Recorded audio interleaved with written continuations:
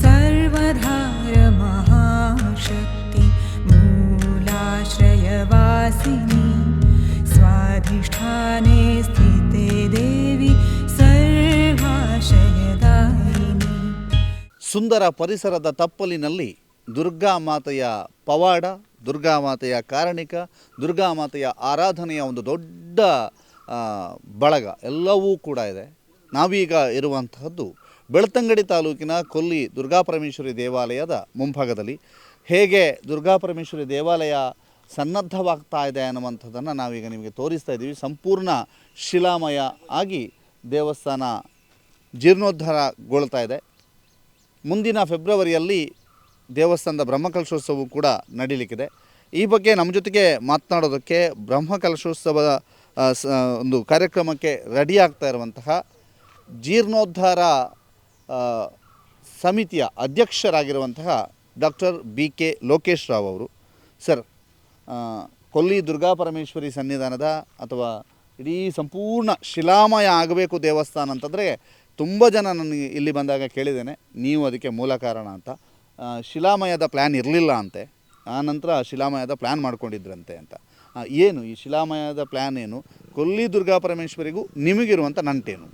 ದುರ್ಗಾದೇವಿಗೆ, ದುರ್ಗಾಪರಮೇಶ್ವರಿ ದೇವರಿಗೆ ನಾನು ಸ್ಮರಿಸುತ್ತಾ ಒಂದೆರಡು ಮಾತುಗಳನ್ನು ಹೇಳಲಿಕ್ಕೆ ಇಚ್ಛೆ ಪಡ್ತಾ ಇದ್ದೇನೆ. 21ನೇ ಇಸವಿಗೆ ಅರೌಂಡು ಮಾರ್ಚಲ್ಲಿ ನನ್ನನ್ನು ಜೀರ್ಣೋದ್ಧಾರ ಸಮಿತಿಯ ಅಧ್ಯಕ್ಷನಾಗಿ ನೇಮಿಸಿದರು. ಆಮೇಲೆ ಈಗ ಆಲ್ರೆಡಿ 3 ವರ್ಷ, 24 ಮಾರ್ಚ್ 21ಕ್ಕೆ ಆಲ್ಮೋಸ್ಟ್ 3 ಇಯರ್ಸ್ ಆಗ್ತದೆ. 3 ಇಯರ್ಸಲ್ಲಿ ಜೀರ್ಣೋದ್ಧಾರ ಕಾರ್ಯಗಳು ಸಮಸ್ತ ಊರಿನ ಬಾಂಧವರಿಂದ, ಎಲ್ಲ ಜನರ ಶ್ರಮದಿಂದ ಬಹಳ ಅಚ್ಚುಕಟ್ಟಾಗಿ ಮತ್ತು ಬಹಳ ಚಂದವಾಗಿ ಆಗ್ತಾ ಉಂಟು.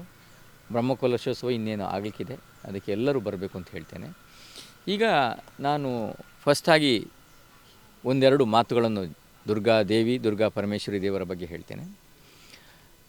ಹಲವಾರು ಅಂತೇಳಿದರೆ 1000 ವರ್ಷದ ಇತಿಹಾಸ ಈ ಕೊಲ್ಲಿ ದುರ್ಗಾ ದೇವಸ್ಥಾನಕ್ಕಿದೆ. ಇಲ್ಲಿ ಮುಂಚಿನಲೂ ನಡೀತಾ ಇತ್ತು ಜಾತ್ರೆ. ದಿನ ಬೆಳಿಗ್ಗೆ ಪೂಜೆ, ಮಧ್ಯಾಹ್ನ ಪೂಜೆ, ಸಾಯಂಕಾಲ ಪೂಜೆ. ಇದು ಅನಾದ ಕಾಲದಿಂದ ಬರ್ತಾ ಇರುವಂಥದ್ದು. ಈ ದೇವಸ್ಥಾನಕ್ಕೆ ಸಂಬಂಧಪಟ್ಟ ದೇವರು ಅಂತೇಳಿದರೆ ಉಳ್ಳೆಯ ಉಲ್ಲಾಳ್ತಿ, ಕೊಡಮಣ್ತಾಯ ಮತ್ತು ಕಲ್ಕುಡ ಕಲ್ಲುರ್ಟಿ. ಈ ಇಷ್ಟು ದೇವರು ಈ ಕೊಲ್ಲಿ ದೇವಸ್ಥಾನದ ಪರಿಮಿತಿ ಒಳಗೆ ಬರ್ತಾರೆ. ಹಾಗೆ ಇದು ವಿಶಾಲವಾದ ಜಾಗ, ಆಲ್ಮೋಸ್ಟ್ 2 ಎಕರೆ 16 ಸೆಂಟ್ಸ್ನಷ್ಟು ಉಂಟು. ಈಗ ಪುನಃ ಅದಕ್ಕೊಂದು 70 ಸೆಂಟ್ಸು 80 ಸೆಂಟ್ಸ್ ಅಥವಾ 1 ಎಕರೆ ಅಷ್ಟು ಜಾಗ ಪುನಃ ಸೇರ್ಪಡೆಯಾಗಿದೆ. ಅತಿ ಸುಂದರವಾದ 3 ಸೈಡಿನಲ್ಲೂ ನಾವು ಪರ್ವತ ಶ್ರೇಣಿಯನ್ನು ನೋಡ್ಬೋದು. ಇಡೀ ನಮ್ಮ ಈ ತಾಲೂಕಿನಲ್ಲಿ ದುರ್ಗಾ ಪರಮೇಶ್ವರಿ ಅಥವಾ ದುರ್ಗಾದೇವಿ ದೇವಸ್ಥಾನ ಅಂತ ಹೇಳಿ ಇದ್ದರೆ ಅದು ಕೊಲ್ಲಿ. ಎಲ್ಲಿ ಬೇಕಾದರೆ ಕೇಳಿ, ಕೊಲ್ಲಿಯ ಜಾತ್ರೆ ಎಲ್ಲರ ಮನಸ್ಸಲ್ಲಿಯೂ ಕೇಳಿಕೊಳ್ಳುವಂಥ ಜಾತ್ರೆ. ಅಷ್ಟು ಚಂದವಾಗಿತ್ತು. ಕಾಲಕ್ರಮೇಣ ಚೇಂಜ್ ಆಗ್ತಾ ಆಗ್ತಾ ಜೀರ್ಣೋದ್ಧಾರ ಪ್ರತಿಯೊಂದರಲ್ಲೂ ಆಗಲೇಬೇಕು. ಹಾಗೆ ಇದು ಜೀರ್ಣೋದ್ಧಾರ ಈಗ ನಾಡಿದ್ದಿಗೆ 7 ವರ್ಷ ಆಗ್ತದೆ. ನಾನು ತಗೊಂಡ 4 ವರ್ಷ ಹಿಂದಿನಲೇ ಆಗಿತ್ತು. ಆ ಹಿಂದೆ 4 ವರ್ಷದ ಕಮಿಟಿಯವರು ಮೇಯ್ನ್ ಗರ್ಭಗುಡಿಯನ್ನು ಮಾಡಿ ಬಹಳ ಸುಂದರವಾಗಿ ಮಾಡಿ ಕೊಟ್ಟಿರ್ತಾರೆ. ಆನಂತರ ಕಾಲಕ್ರಮೇಣ ಇನ್ನೊಂದು ಜೀರ್ಣೋದ್ಧಾರ ಕಮಿಟಿ ಆಗ್ತದೆ, ಅದಕ್ಕೆ ನನ್ನ ಪ್ರೆಸಿಡೆಂಟ್ ಮಾಡ್ತಾ ಇರ್ತಾರೆ. ಊರವರ ಸಹಕಾರ ಎಲ್ಲರಿಂದಲೂ ನಾವು ಇದನ್ನು ನಿರ್ಮಿಸಿರ್ತೀವಿ. ಮೇಯ್ನ್ ಇದು ನಿರ್ಮಾಣ ಆಗಿರುವಂಥದ್ದು ಅಂತೇಳಿದರೆ ನಾವು ಮಾಡಿರುವಂಥದ್ದು ಬೈಲುವಾರು ಸಮಿತಿ ಮತ್ತು ಭಜನಾ ಸಮಿತಿ. ಬೈಲುವಾರು ಸಮಿತಿಯಲ್ಲಿ 56 ತಂಡಗಳಿರ್ತವೆ. ಈ 56 ತಂಡಗಳು ಪ್ರತಿ ಸಂಕ್ರಮಣ ಅವರಿಗೆ ಸೇರ್ಪಡೆಯಂಥ 10, 15 ಅಥವಾ ಕೆಲವು ತಂಡಗಳಲ್ಲಿ 30 ಮನೆಗಳಿರ್ತಾರೆ. ಅವರ ಮನೆಯಲ್ಲಿ ಏನು ದುಡ್ಡು ಸಂಗ್ರಹ ಆಗ್ತಾರೆ ಅದನ್ನು ಸಂಕ್ರಮಣದಂದು ಬಂದು ದೇವರಿಗೆ ಸಮರ್ಪಣೆ ಮಾಡ್ತಾರೆ. ಈ 3 ವರ್ಷದಲ್ಲಿ ಅವರು ಕೊಟ್ಟಂಥ ಅಗಾಧ ಮೊತ್ತ ಕೇಳಿದರೆ ಯಾರಿಗೂ ಆಶ್ಚರ್ಯ ಆಗ್ಬೋದು. ಆಲ್ಮೋಸ್ಟು 1,80,00,000 ಈ ಜೀರ್ಣೋದ್ಧಾರದ ಬಯಲುವಾರು ಸಮಿತಿಯವರು ತಂದು ಕೊಡ್ತಾರೆ. ಊರಿನವರೇ 1,80,00,000 ಬರೀ ಬಯಲುವಾರು ಸಮಿತಿಯವರು ಮಾಡಿ ಹೆಂಗೆ ಮಾಡ್ತಾರೆ ಅಂತ ಹೇಳಿದರೆ, ಅದಕ್ಕೊಬ್ಬನು ಪ್ರೆಸಿಡೆಂಟು, ಕಾರ್ಯದರ್ಶಿ, ಇನ್ನೊಬ್ಬ ಇರ್ತಾನೆ. ಅವನ ಮನೆ ಸುತ್ತ ಇರುವಂಥ ಒಂದು 7-8 ಮನೆಯ, 10 ಮನೆಯ, 15 ಮನೆಯ ಅವನಿರ್ತದೆ. ಅವನು ಸಂಕ್ರಮಣದ 2-3 ದಿನ ಮುಂಚೆ ಪ್ರತಿ ಮನೆಗೆ ಹೋಗ್ಬಿಟ್ಟು ದೇವಸ್ಥಾನಕ್ಕೆ ಜೀರ್ಣೋದ್ಧಾರಕ್ಕೆ ದುಡ್ಡು ಕೊಡಿ ಅಂತ ಕೇಳ್ತಾನೆ. ಪ್ರತಿ ಮನೆಯವರು ಏನು ಮಾಡ್ಕೋತಾರೆ ಅಂತ ಹೇಳಿದ್ರೆ, ನಮ್ಮ ಮನೆಯಿಂದ 10,000ವ 20,000ವ ಎಷ್ಟು ಅಂತ ಮಾಡಿಕೊಡ್ತಾರೆ. ಅದನ್ನು ಡಿವೈಡ್ ಮಾಡಿ ಪ್ರತಿ ಸಂಕ್ರಮಣದ 2-3 ದಿನ ಮುಂಚೆ ಸಮರ್ಪಣೆ ಮಾಡ್ತಾರೆ. ಹಾಗೆ ಮಾಡಿ ನಮಗೆ ಕಲೆಕ್ಟ್ ಆದ ದುಡ್ಡೇ 1,80,00,000. ಇವತ್ತಿಗೆ ನನ್ನ ಲೆಕ್ಕದಲ್ಲಿ ನಾಳ್ದು ಏನು ನಮ್ಮ ಜೀರ್ಣೋದ್ಧಾರ ಆಗಿ ಬ್ರಹ್ಮಕಲಶ ಆಗುವಾಗ ಇದು 2 ಕೋಟಿಗಿಂತಲೂ ಮೀರುವಂಥ ಚಾನ್ಸಸ್ ಬಹಳ ಜಾಸ್ತಿ ಆಗ್ತದೆ. ಬಹಳ ವಿಶೇಷವಂತ ಒಗ್ಗಟ್ಟು. ಹೌದು. ಇದು ಏನು ಹೇಳಿದರೆ ಆಲ್ಮೋಸ್ಟ್ 2 ಕೋಟಿ ಅಂತ ಹೇಳ್ಬೋದು. ಇದು ಬರೀ ಊರಿನವರು ಈ ದೇವಸ್ಥಾನಕ್ಕೆ ಸಂಬಂಧಪಟ್ಟ 6 ಮಾಗಣೆ ಅಂತ ಹೇಳಿದರೆ, ಮಿತ್ತಬಾಗಿಲು, ಮಲವಂತಿಗೆ, ಕಡಿರುದ್ದಿ ಅವರ ಗ್ರಾಮ, ಇದಕ್ಕೆ ಸ್ವಲ್ಪ ಸೇರ್ಕೊಂಡು ಅಂತೇಳಿದರೆ ನಮ್ಮ ಈಂದಬೆಟ್ಟು ಮತ್ತು ನಾವೂರದವರು ಸಹ ಸೇರ್ಕೊಂಡಿದ್ದಾರೆ. ಅದರಿಂದ ಸ್ವಲ್ಪ ಬರ್ತಿತ್ತು. ಮೇಯ್ನಾಗಿ ಈ 3 ಗ್ರಾಮದಿಂದ ಬಂದಂಥ ಇದು. ಇದನ್ನು ಬಿಟ್ಟು ಏನು ಮಾಡ್ತೀವಿ ಅಂತ ಹೇಳಿದರೆ, ನಾವು ಭಜನಾ ತಂಡವನ್ನು ಮಾಡ್ತೀವಿ. ಈ ದುರ್ಗೆಯ ಒಂದು ಫೋಟೋವನ್ನು ಹಿಡ್ಕೊಂಡು ಪ್ರತಿ ಮನೆಗೆ ಭಜನೆ ಮಾಡ್ತಾರೆ. ಇದರ ಮುಂದಾಳತ್ವವನ್ನು ನಮ್ಮ ವಿಜಯವರು, ಇಲ್ಲಿ ಭಜನಾ ಮಂಡಳಿ ಇದೆ, ಅವರ ಅಧ್ಯಕ್ಷರು ಆದಂಥ ವಿಜಯವರು ತಗೋತಾರೆ. ಹಾಗೆಯೇ ಅದಕ್ಕೆ ಸಾರಥಿಯಾಗಿ ವಾಸುದೇವರಾಯರು ಸೇರ್ತಾರೆ. ಇವರು ಮನೆಗೆ ಹೋಗಿ ಸಂಗ್ರಹಣೆ ಮಾಡಿದಂಥ ಮೊತ್ತವೇ ಆಲ್ಮೋಸ್ಟ್ 10 ಲಕ್ಷ. ಅದು ಒಂದು ದೊಡ್ಡ ಅಗಾಧ ಮೊತ್ತ. ಈ ಜೀರ್ಣೋದ್ಧಾರ ಆಗ್ತಿರುವಾಗ ನಾನಾ ಸಭೆಗಳು ನಡೀತಾ ಇರ್ತದೆ. ಆವಾಗ ಮೇಯ್ನ್ ಟೆಂಪಲ್ ಆದಮೇಲೆ ನಾವು ಧ್ವಜಸ್ತಂಭ ಏನು ಮಾಡೋದು ಅಂತೇಳಿ ಆಲೋಚನೆ ಮಾಡ್ತೀವಿ. ಆವಾಗ ನಮ್ಮಲ್ಲಿ ಒಂದು ಮಹಿಳಾ ತಂಡ ಇರ್ತದೆ. ಮಹಿಳಾ ತಂಡದವರು ಹೇಳ್ತಾರೆ, ನಾವು ಈ ಪರಿಸರದಲ್ಲಿರುವುದರಿಂದಾಗಿ ಮರವನ್ನು ಕಡಿಯುವುದು ಬೇಡ.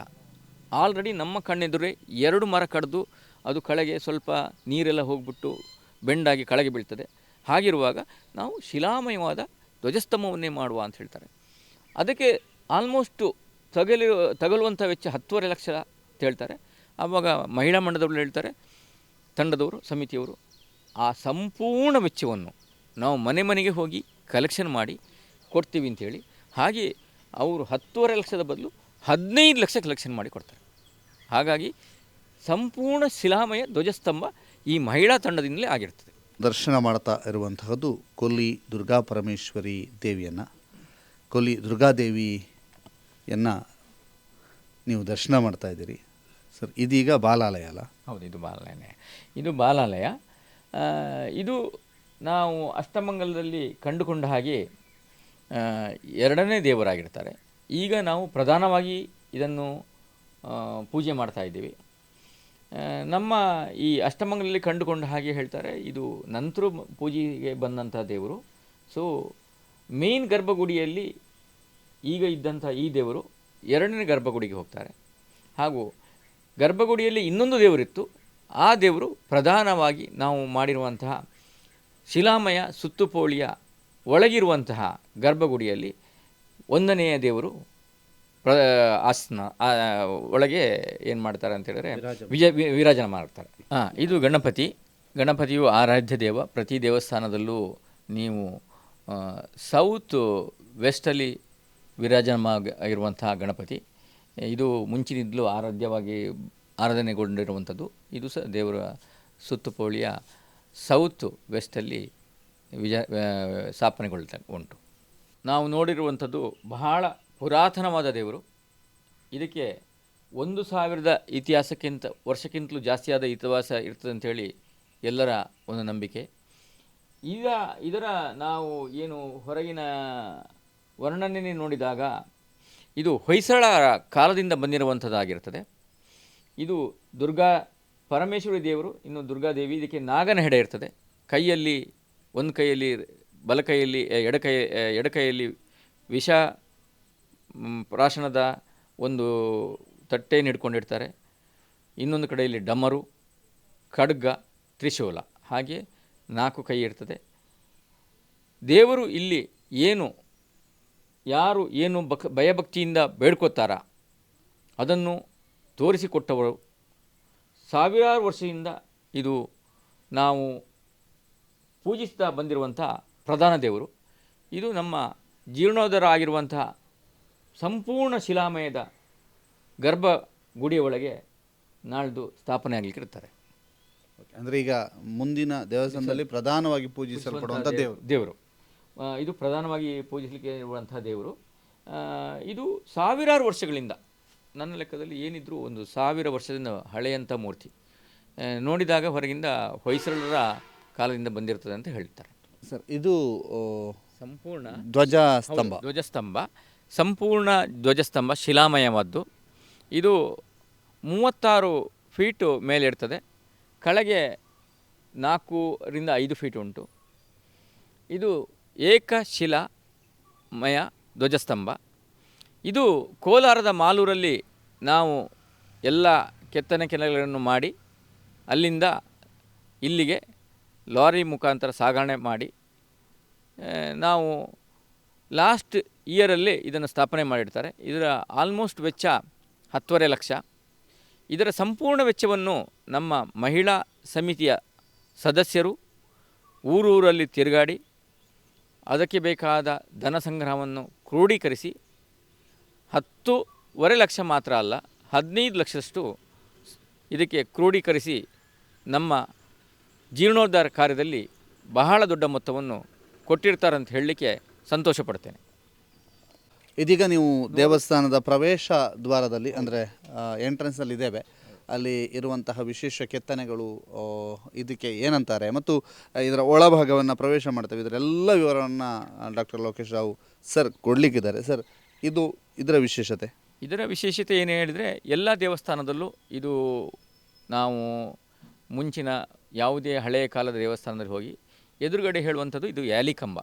ಇದು ಸಂಪೂರ್ಣ ಶಿಲಾಮಯ, ಬಹಳ ನಾಜೂಕಾಗಿ ಕೆತ್ತಿರುತ್ತಾರೆ.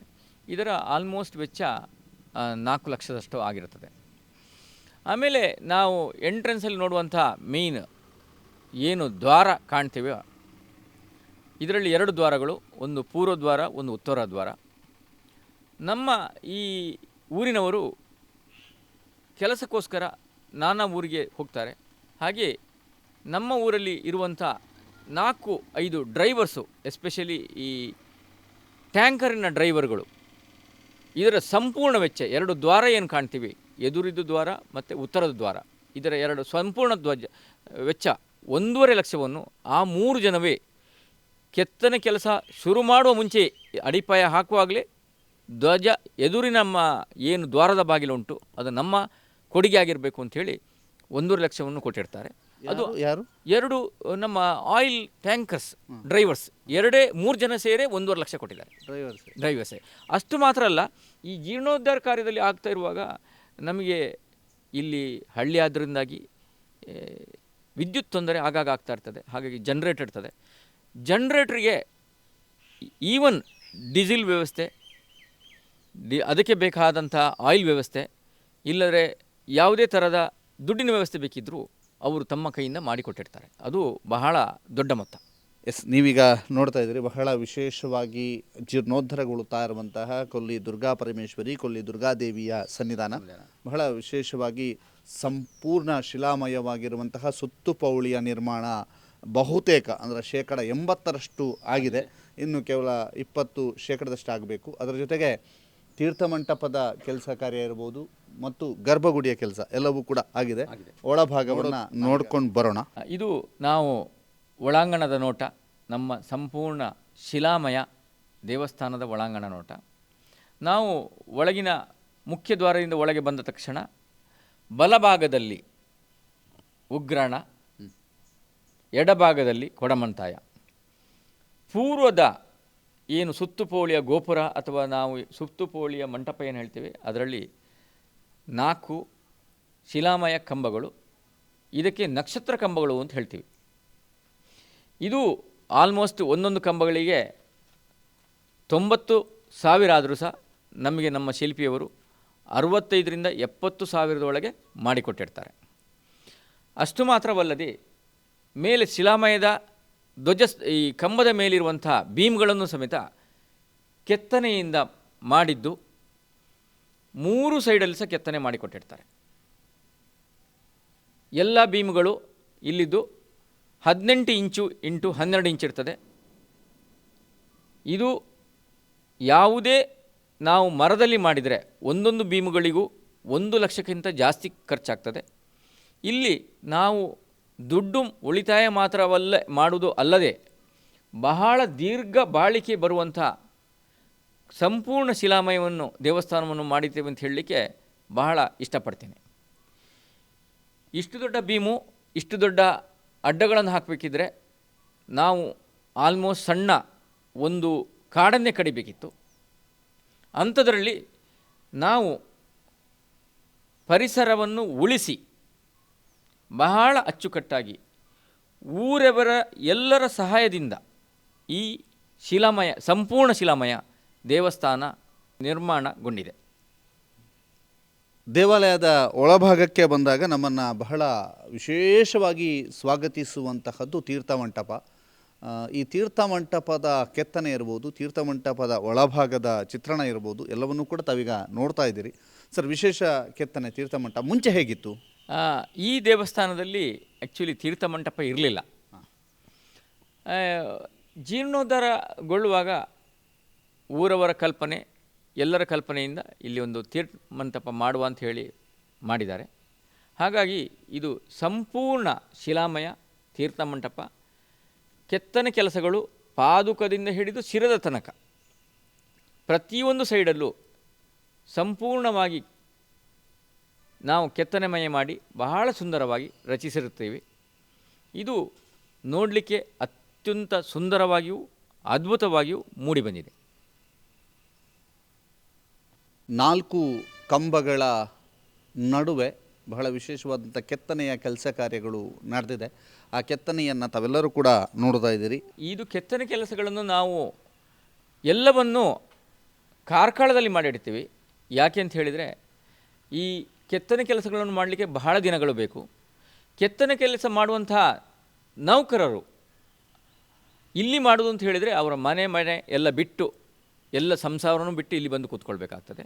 ಅಷ್ಟು ಮಾತ್ರ ಅಲ್ಲ, ಅದಕ್ಕೆ ಬೇಕಾದಂಥ ಸಲಕರಣೆಗಳು ಎಲ್ಲವೂ ಅವರ ಫ್ಯಾಕ್ಟ್ರಿಯಲ್ಲಿ ಚೆನ್ನಾಗಿ ಅವೈಲೇಬಿಲಿಟಿ ಇರುವುದರಿಂದಾಗಿ ಎಲ್ಲ ಥಿಂಗ್ಸನ್ನು ನಾವು ಅವರ ಫ್ಯಾಕ್ಟ್ರಿಯಲ್ಲೇ ಮಾಡಿಬಿಟ್ಟು ಇಲ್ಲಿಗೆ ತಂದು ಜೋಡಣೆ ಮಾಡ್ತೀವಿ. ಅದರಿಂದಾಗಿ ಅವರಿಗೆ ಮಾತ್ರ ಅಲ್ಲ, ನಮ್ಮ ಈ ಪರಿಸರದಲ್ಲೂ ಬಹಳ ಸ್ವಚ್ಛತೆಯನ್ನು ಇಟ್ಕೊಳ್ಳಿಕ್ಕೆ ಆಗ್ತದೆ. ಯಾಕೆ ಹೇಳಿದರೆ, ಇಲ್ಲರೆ ಮಣ್ಣು, ಅದಕ್ಕೆ ಬೇಕಾದಂಥ ಕಲ್ಮಶಗಳು ಎಲ್ಲ ಇಲ್ಲಿ ಇರ್ತದೆ. ಅದನ್ನೆಲ್ಲ ನೋಡಿದರೆ ಅವ್ರ ಫ್ಯಾಕ್ಟ್ರಿಯಿಂದ ಮಾಡಿ ಇಲ್ಲಿ ತಂದೆ ಜೋಡಣೆ ಮಾಡೋದ್ರಿಂದಾಗಿ ಬಹಳ ಅಚ್ಚುಕಟ್ಟಾಗಿ ಮೂಡಿ ಬಂದಿರ್ತದೆ.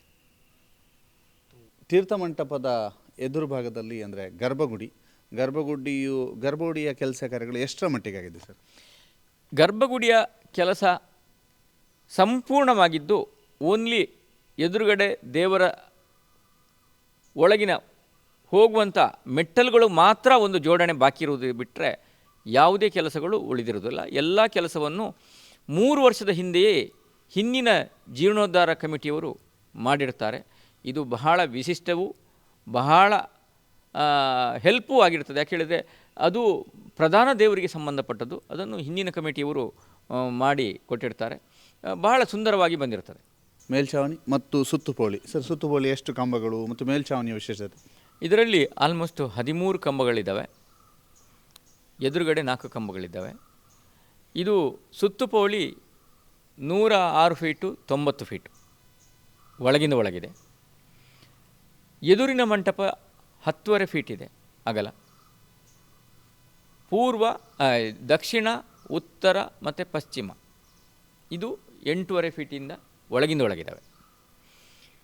ಇದರ ಮೇಲ್ಛಾವಣಿ ಸಮೇತ ಸಂಪೂರ್ಣ ಶಿಲಾಮಯವನ್ನು ಮಾಡಿರ್ತೀವಿ. ಇದಕ್ಕೆ ಬೇಕಾದ ಬೀಮ್ಗಳನ್ನು ಬಹಳ ಗಟ್ಟಿಮುಟ್ಟಾಗಿ ಹಾಕಿರೋದು ಮಾತ್ರವಲ್ಲದೆ, ಅದಕ್ಕೆ ಮೇಲ್ಛಾವಣಿಗೆ 40 ಮಿಲಿಮೀಟರ್ ಥಿಕ್ನೆಸ್ನ ನಮ್ಮ ಕಾರ್ಕಳದ ಗ್ರಾನೈಟು ಅಥವಾ ಶಿಲಾಮವನ್ನು ಹೊದಿಸಿರ್ತೇವೆ. ಇದರಲ್ಲಿ ನೋಡ್ಬೋದು, ಎಲ್ಲಿಯೂ ಜಾಯಿಂಟ್ ಬರಲ್ಲ. ಜಾಯಿಂಟ್ ಏನು ಬಂದರೆ ಸಹ ಮಿಡ್ಲಲ್ಲಿರುವ ದಂಬೆಯಿಂದ ಯಾವುದೇ ನೀರು ಬಂದರೂ ಕೂಡ ಅದು ಕೆಳಗೆ ಇಳಿದು ಬರುವಂಥ ಒಂದು ಟೆಕ್ನಿಕನ್ನು ಇಲ್ಲಿ ಯೂಸ್ ಮಾಡಿರ್ತಾರೆ. ಸೊ ಇದು ತಲಾಂತರ ನನ್ನ ಲೆಕ್ಕದಲ್ಲಿ ಏನಿದ್ರೂ 1000 ವರ್ಷ ಬಾಳಿಕೆ ಬರುವಂಥ ಸಂಪೂರ್ಣ ಶಿಲಾಮಯ ದೇವಸ್ಥಾನ ಆಗ್ತದೆ ಅಂತ ಹೇಳಲಿಕ್ಕೆ ಹೆಮ್ಮೆ ಪಡ್ತೇನೆ. ಇದು ಊರವರ ಎಲ್ಲರ ಸಹಕಾರದಿಂದ ಆಗಿರುವಂಥದ್ದು. ಇದು ಕೊಲ್ಲಿ ದುರ್ಗಾ ಪರಮೇಶ್ವರಿ ದೇವಾಲಯದ ಗಣಪತಿ ಗುಡಿ. ಇದರ ವಿಶೇಷತೆ ಏನು ಹೇಳಿದರೆ, ಇದು ಸಂಪೂರ್ಣ ಶಿಲಾಮಯ. ಒಳಗಿನ ಏನು ಹೇಳ್ತೀವಿ ರೂಫ್ ಸಮೇತ ನಕ್ಷತ್ರಾಕಾರದಲ್ಲಿದೆ. ಇದರ ಸಂಪೂರ್ಣ ವೆಚ್ಚವನ್ನು ಬೆಡಿಕುತ್ತು ಮನೆತನದವರು ಭರಿಸಿರುತ್ತಾರೆ. ಇದು ಅವರು ನಮ್ಮ ದೇವಸ್ಥಾನಕ್ಕೆ ಅನಾದಿ ಕಾಲದಿಂದಲೂ ಕೊಟ್ಟಿರುವಂಥ ಉಡುಗೊರೆಗಳಿಗೆ ಅಥವಾ ಅವರು ನಡೆಸಿಕೊಂಡು ಬಂದಿರುವಂಥ ಸೇವೆಗಳಲ್ಲಿ ಇದು ಒಂದಾಗಿರ್ತದೆ. ಅವರ ಹೆಸರಲ್ಲಿ ಇದು ನಿರ್ಮಾಣಗೊಂಡಿರುತ್ತದೆ. ಈಗ ನೋಡ್ತಿರುವಂಥದ್ದು ತೀರ್ಥಬಾವಿ. ಇದು ಸುಮಾರು 35 ಫೀಟು ಡೀಪಲ್ಲಿ ಉಂಟು, 6 ಫೀಟು ಅಗಲದಲ್ಲಿ ಉಂಟು. ತಲಾಂತರಗಳಿಂದ ಇಲ್ಲೇ ಬಾವಿ ಇತ್ತು. ಅದನ್ನೇ ನಾವು ಜೀರ್ಣೋದ್ಧಾರ ಮಾಡಿ ಈ ಮೇಲಿನ ಭಾಗವನ್ನು ಸಂಪೂರ್ಣ ಶಿಲಾಮಯ ಮಾಡಿರ್ತೀವಿ. ಇದು ಬಹಳ ಅದ್ಭುತ.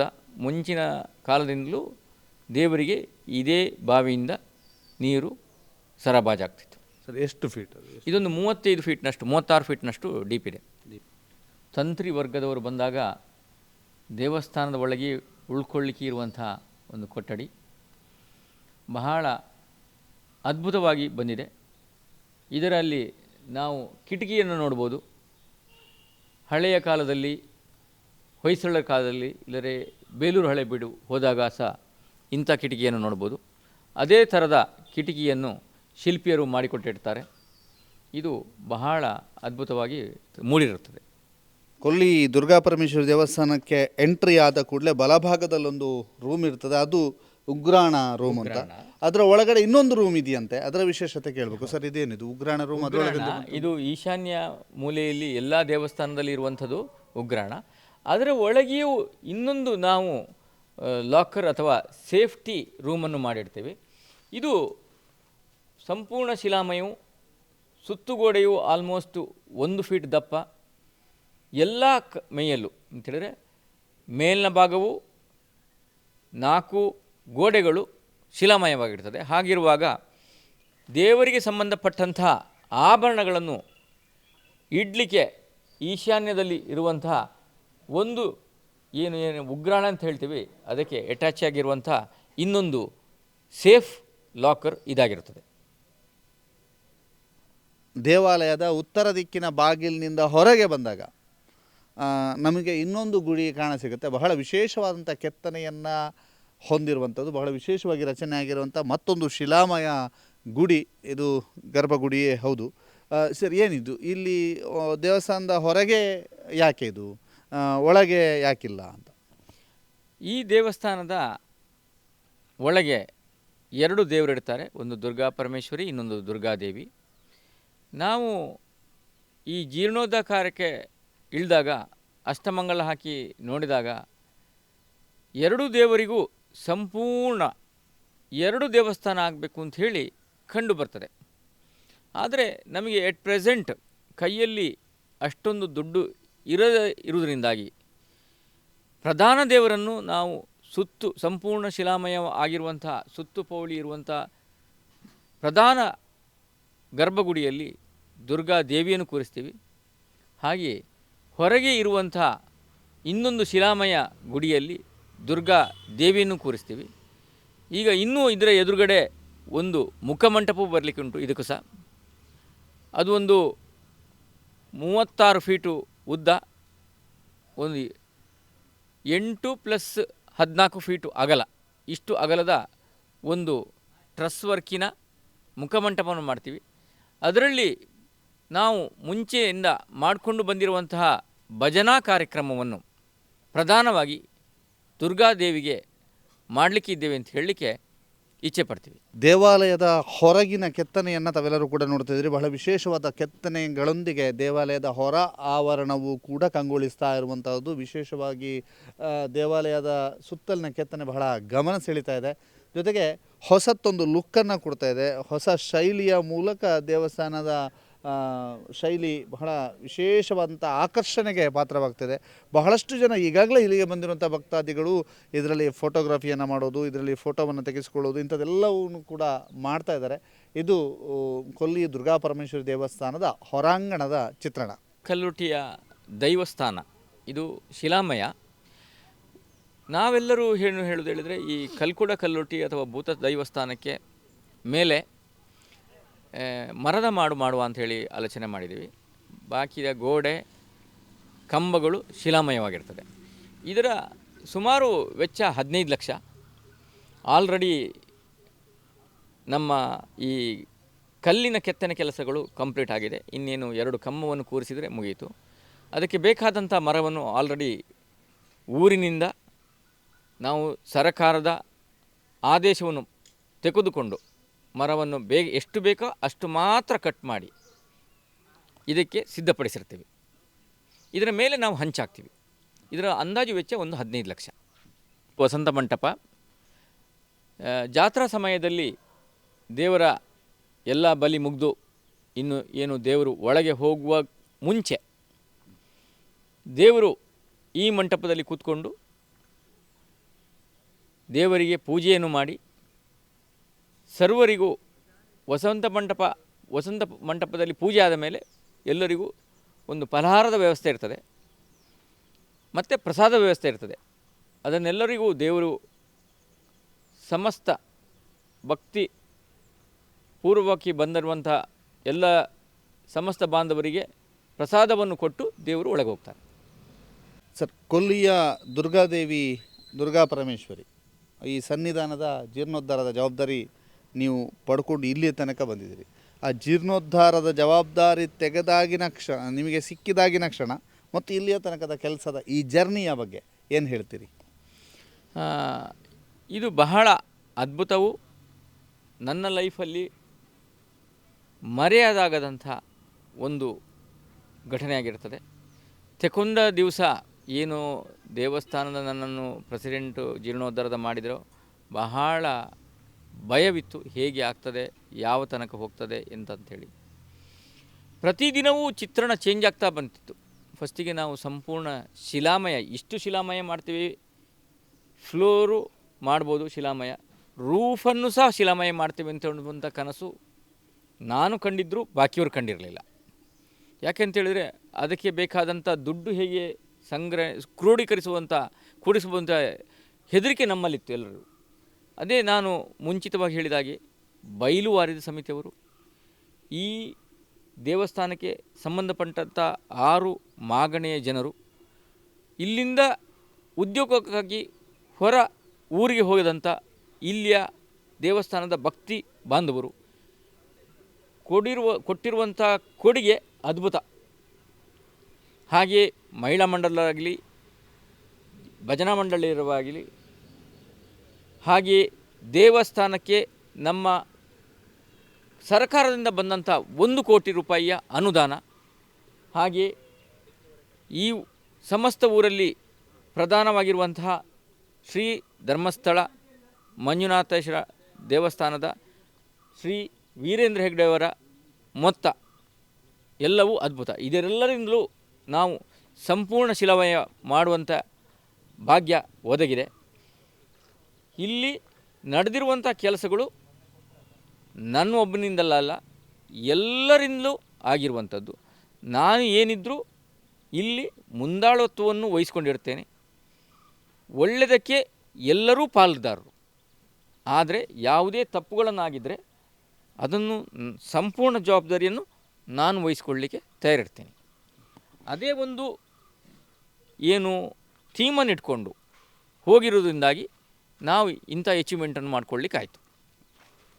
ಇದು ಕೊಲ್ಲಿ ದುರ್ಗಾಪರಮೇಶ್ವರಿ ದೇವಾಲಯದ ಕೊಲ್ಲಿ ದುರ್ಗಾದೇವಿಯ ಸನ್ನಿಧಾನದ ಜೀರ್ಣೋದ್ಧಾರದ ಕೆಲಸ. ಬಹಳ ವಿಶೇಷವಾಗಿ ಇಲ್ಲಿ ಒಂದು ದೇವಸ್ಥಾನ ಆಗ್ತಾ ಇಲ್ಲ, ಬದಲಾಗಿ 2 ದೇವಸ್ಥಾನ ನಿರ್ಮಾಣ ಆಗ್ತಾ ಇದೆ. ಇಲ್ಲಿಯ ಬಯಲುವಾರು ಸಮಿತಿಯವರು ಅಥವಾ ಬಯಲಿನಲ್ಲಿ ಅಂದರೆ ಈ ಮಾಗಣೆಯ ಊರಿನವರೇ ಸಂಗ್ರಹಿಸಿದಂಥ ಮೊತ್ತ ಅಂದಾಜು ಹತ್ತಿರ 2 ಕೋಟಿ. ಕೇವಲ ಇಲ್ಲಿಯ ಮಹಿಳಾ ಮಂಡಳಿಗಳು ಸಂಗ್ರಹಿಸಿದಂಥ ಮೊತ್ತ 15 ಲಕ್ಷ. ಹೀಗೆ ಎಲ್ಲ ಒಂದು ವಿಶೇಷವಾದಂತಹ ಲೆಕ್ಕಾಚಾರವನ್ನು ಕೂಡ ಹೇಳಿದ್ದಾರೆ. ಅದ್ರ ಜೊತೆಗೆ ಕೇವಲ ಲಾರಿ ಡ್ರೈವರ್ಸ್ ಸೇರಿಕೊಂಡು ಅಲ್ಲಿಯ ದೇವಸ್ಥಾನದ ಮುಖ್ಯ ದ್ವಾರವನ್ನು ನಿರ್ಮಿಸಿ ಅವರಿಂದ ಒಂದು ಸ್ಪಾನ್ಸರ್ಶಿಪ್ಪನ್ನು ಕೊಟ್ಟಿರುವಂಥದ್ದು. ಒಟ್ಟಿನಲ್ಲಿ ಸಂಪೂರ್ಣವಾಗಿ ಶಿಲಾಮಯ ದೇವಸ್ಥಾನ ಆಗಲಿಕ್ಕೆ ಇಲ್ಲಿ ಎಲ್ಲರ ಸಹಕಾರ ಇದೆ. ಅದರ ಜೊತೆಗೆ ಇವರ ಬಹುಮುಖ್ಯವಾದ ಮುಂದಾಳತ್ವ ಇದೆ, ಇವರ ಬಹುಮುಖ್ಯವಾದಂತಹ ಒಂದು ಕನಸುಗಳು ಕೂಡ ಇದರಲ್ಲಿ ಅಡಗಿಕೊಂಡಿವೆ. ಸರ್, ನಮ್ಮ ಜೊತೆಗೆ ಇಲ್ಲಿ ತನಕ ಮಾತನಾಡಿದ್ದಕ್ಕೆ ನಿಮಗೆ ಧನ್ಯವಾದ. ಸುದ್ದಿ ಬಿಡುಗಡೆಯವರು ಇಲ್ಲಿಗೆ ಬಂದು ನಮ್ಮ ದೇವಸ್ಥಾನದ ಕಿರು ಪರಿಚಯ ಹಾಗೆಯೂ ಜೀರ್ಣೋದ್ಧಾರ ಹೇಗೆ ಆಯಿತು ಅಂಥೇಳಿ ಮಾಡಿದ್ದಕ್ಕೆ ನಾನು ಧನ್ಯವಾದ. ಅಷ್ಟು ಮಾತ್ರವಲ್ಲದೆ ಇದು ಸುದ್ದಿ ಮಾಧ್ಯಮದ ಬಿಡುಗಡೆ ಮಾಡುವುದರಿಂದಾಗಿ ನಮ್ಮ ದೇವಸ್ಥಾನಕ್ಕೆ ಪರ ಊರಿನಿಂದ ನಾನಾ ಜನರು ಬಂದು ಈ ದೇವಸ್ಥಾನದ ಇನ್ನೂ ಜೀರ್ಣೋದ್ಧಾರ ಅಥವಾ ಇನ್ನೂ ಉತ್ತುಂಗಕ್ಕೆ ಏರಲಿಕ್ಕೆ ನಿಮ್ಮ ಮಾಧ್ಯಮವು ಹೆಲ್ಪ್ ಮಾಡ್ತದೆ ಅಂತ ಹೇಳಲಿಕ್ಕೆ ನಾನು ಇಷ್ಟಪಡ್ತೇನೆ. ಇಲ್ಲಿಯ ಸ್ಥಳೀಯ ಗ್ರಾಮ ಪಂಚಾಯತ್ ಅಧ್ಯಕ್ಷರು ಮತ್ತು ಇದರ ಪ್ರಧಾನ ಕಾರ್ಯದರ್ಶಿಗಳು ಆಗಿರುವಂತಹ ವಿನಯ್ ಅವರಿದ್ದಾರೆ. ಸರ್, ಹೇಗಾಯಿತು ಕೆಲಸ ಕಾರ್ಯ? ನಮ್ಮದು ಕೊಲ್ಲಿ ದುರ್ಗಾ ಪರಮೇಶ್ವರಿ ದೇವಸ್ಥಾನ ಸುಮಾರು 4-5 ವರ್ಷದಿಂದ ತೆಗೆದು ಹಾಕಿದ್ದಾರೆ. ಇದನ್ನು ನಾವು ಜೀರ್ಣೋದ್ಧಾರ ಮಾಡಲಿಕ್ಕೆ ಮಾಡ್ತಾಯಿದ್ದೇವೆ. ಇದನ್ನು ಒಂದು 2-3 ವರ್ಷದಿಂದ ನಮ್ಮ ಡಾಕ್ಟರ್ ಲೋಕೇಶ್ ಅವರ ನೇತೃತ್ವದಲ್ಲಿ ಭಾಳ ವಿಜೃಂಭಣೆಯಿಂದ ಭಾಳ ಸ್ಪೀಡಲ್ಲಿ ಈ ಒಂದು ಕಾಮಗಾರಿಯನ್ನು ಆಗುತ್ತಾ ಈಗ ಕ್ಷಣಕ್ಷಣನೇ ಬ್ರಹ್ಮಕಲಶೋತ್ಸವ ಕೂಡ ದಿನ ನಿಗದಿಯಾಗಿದೆ. ಈ ಒಂದು ಬ್ರಹ್ಮಕಲಶದ ವೈಭವವನ್ನು ಎಲ್ಲ ತಾಲೂಕು ಹಾಗೂ ಜಿಲ್ಲೆಯ ಎಲ್ಲ ಭಕ್ತಾದಿ ಬಂದು ನೋಡುವಂಥ ಭಾಗ್ಯ ನಮಗೆಲ್ಲ ಸಿಕ್ಕಿದೆ ಅಂತ ನಾನು ಹೇಳಲಿಕ್ಕೆ ಇಷ್ಟಪಡ್ತೇನೆ. ಈಗ ನೀವು ಕೂಡ ಭಾಗಿದಾರರಾಗಿದ್ದೀರಿ. ನಿಮ್ಮ ಊರಿನವರು ಬಹಳ ದೊಡ್ಡ ಕೊಡುಗೆಯನ್ನು ಕೊಟ್ಟಿದ್ದಾರೆ, ಎಲ್ಲರೂ ಕೈ ಜೋಡಿಸ್ಯಾರೆ ಅನ್ನುವಂಥದ್ದನ್ನು ಲೋಕೇಶ್ ಅವರು ಹೇಳ್ತಾ ಇದ್ರು. ಖಂಡಿತವಾಗಿ ನಮಗೆ ಸರ್ಕಾರದಿಂದ ಸುಮಾರು 1 ಕೋಟಿ ರೂಪಾಯಿ ಅನುದಾನವನ್ನು ಸ್ಯಾಂಕ್ಷನ್ ಮಾಡಿದೆ ನಮ್ಮ ಶಾಸಕರು. ಅದೇ ರೀತಿ ಊರಿನ ತುಂಬ ಒಂದು 2.5 ಕೋಟಿಯಷ್ಟು ಈಗ ಹಣ ಸಂಗ್ರಹವಾಗಿದೆ. ಅದರಲ್ಲಿ ಮುಕ್ಕಾಲು ಪಟ್ಟು ಊರಿನ ಭಕ್ತರ ಜನರ ಒಂದು ಕೊಡುಗೆಯಿಂದ ಈ ಜೀರ್ಣೋದ್ಧಾರ ಕಾರ್ಯಕ್ಕೆ ನಮಗೆ ಭಾಳ ಸಹಕಾರ ಆಗಿದೆ. ಇದು ಬಹಳ ವಿಶೇಷವಾದಂತಹ ವರದಿ. ಇನ್ನು ಮುಂದೆಯೂ ಕೂಡ ಕೊಲ್ಲಿ ದೇವಸ್ಥಾನದ ಸಂಪೂರ್ಣ ವಿವಿಧ ಕಾರ್ಯಕ್ರಮಗಳ ಅಪ್ಡೇಟನ್ನು ನಿಮಗೆ ಕೊಡ್ತಾ ಹೋಗ್ತೀವಿ. ಇದೀಗ ಕೊಲ್ಲಿ ದುರ್ಗಾ ಪರಮೇಶ್ವರಿ ದುರ್ಗಾದೇವಿಯ ದೇವಾಲಯಗಳು ಹೇಗೆ ನಿರ್ಮಾಣ ಆಗ್ತಾ ಇವೆ ಅನ್ನುವಂತಹ ಚಿತ್ರಣವನ್ನು ಮತ್ತು ಈಗ ಯಾವ ರೀತಿಯಾಗಿ ಕಾಮಗಾರಿಗಳು ಮುಗಿದಿವೆ ಅನ್ನುವಂಥ ಚಿತ್ರಣವನ್ನು ನಿಮಗೆ ಕಟ್ಟಿಕೊಡುವಂಥ ಕೆಲಸವನ್ನು ನಾವು ಮಾಡಿದ್ದೇವೆ. ಪಂಚೇಶ್ ಚಾರ್ಮಾಡಿ ಜೊತೆಗೆ ದಾಮೋದರ ದೊಂಡೋಲೆ, ಸುದ್ದಿ ನ್ಯೂಸ್, ಕೊಲ್ಲಿ, ಬೆಳ್ತಂಗಡಿ ತಾಲೂಕು.